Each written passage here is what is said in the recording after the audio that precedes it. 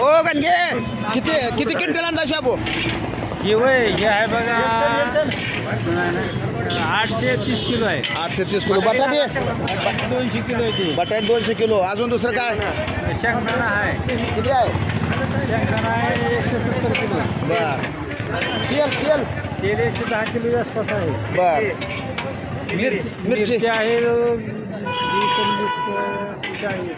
60 kilo मिरची आहे. 60 kilo बर आपण मला काय टोटल एक 2 टन आहे का सगळं नाही 1600 रुपये किलो. 1600 किलो इलास गणग्याने अरे बाबा मी नाही थांबा तुमच्यातर्फे आहे असू मी द्या नाही देवा मी नाही केलेलं ही तुम्ही केल्यामुळे झालं सगळं घेतलेलं आहे मी